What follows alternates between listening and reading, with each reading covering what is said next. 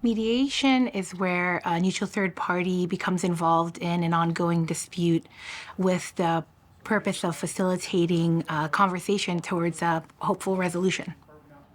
Mediation is an alternative dispute resolution process in which a neutral third party facilitates communication between two disputing parties.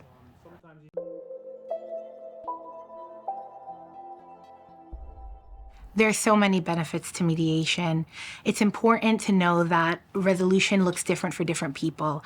And so people, when they're coming to the table to mediate, it's important for them to feel safe and to feel heard. And mediation really does provide that forum where individuals are able to express themselves organically and reach a solution organically.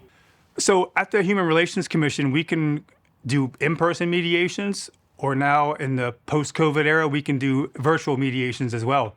The benefits of mediation primarily are time. The process takes a lot shorter than the investigation or litigation processes do. It's neutral, which you're going to have a chance to resolve the underlying dispute the way you want to. It's not a third party imposing an order on one side or the other. The parties can get creative with their resolutions too and tailor it specifically to their circumstances. Confidentiality is another big benefit to it as well. Mediation saves time because instead of waiting for the entire investigation process or for a court process, which may take many months, if not years, you kind of shortcut that, go right to mediation process in which you have direct communication with the other party. And if it doesn't work out, then the case will just go right back to investigation.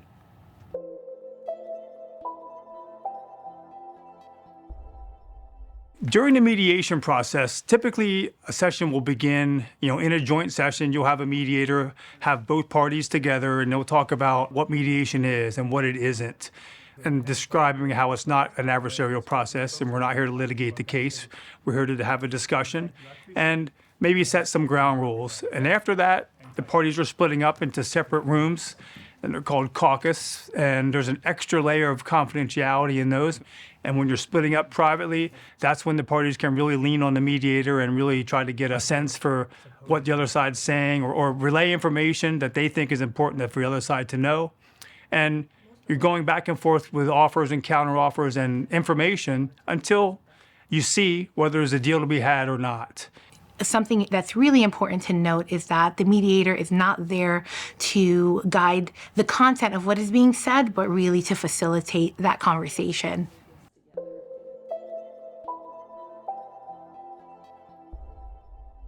If a case does not settle in mediation, the case will simply get returned to investigation.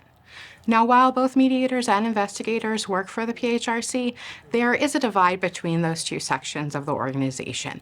So if and when the case goes back to investigation, they do not know any details about the mediation. They simply know it was mediated and came back to them. If a case remains unresolved, it doesn't mean that the case is ended or is closed. It means that the case will continue through the PHRC process. And so it will continue through an investigation. It will continue through potential conciliation. The parties may have another opportunity to reach a resolution, either through settlement, through conciliation. And if conciliation fails, then the case may be placed on what is known as a public hearing docket. And when a case is placed on a public hearing docket, it will then proceed to public hearing with a hearing examiner presiding and regulating the course of those proceedings.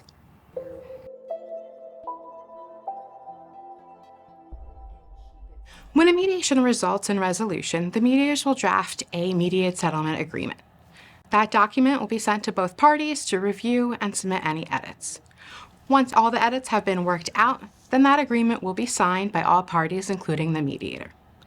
Then that gets sent to the respondent along with any appropriate tax documents, and then the terms of the settlement will happen. Once the complainant receives their financial settlement or any of the other terms are resolved, then the case will be closed. When a mediation is successful, the parties will walk away with a solution that works for everyone.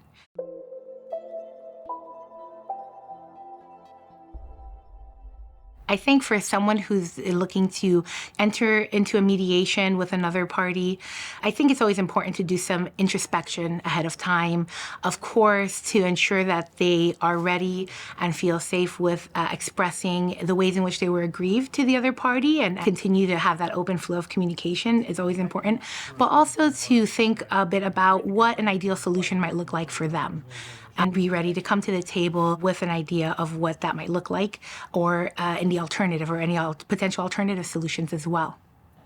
To prepare for mediation, I really recommend that both parties take the mediator up on the opportunity to have a pre-mediation phone call.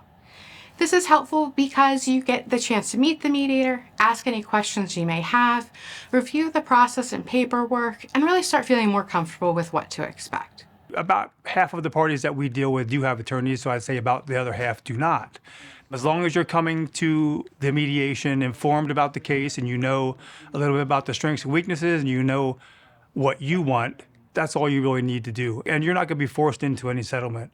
You're going to make a decision on your own. In mediation, we ask the complainants and their counsel, if they have one, to prepare their own initial resolution proposal. What that means is we're asking them, what are you looking to get from the mediation? What would it take to resolve this and be able to move on? So we will give examples of both economic and non-economic things that can be asked for, and it's really helpful to prepare that. That is sent to the other party in advance so that they are also prepared for the mediation. Be kind to yourself and be flexible with yourself. Drawing a hard line is very helpful, and your ego is your enemy. I recommend that people stay future-oriented rather than the past, because the future is where all the good stuff is, the possibilities. The past is where all the bad stuff happened. So focus on the future, keep that in mind, but also be willing to walk away if the deal just isn't there for you. Both sides have to be able to walk away from the table. I know it's tough for a mediator to say that, but you have to be ready to do that, or else it's not a negotiation.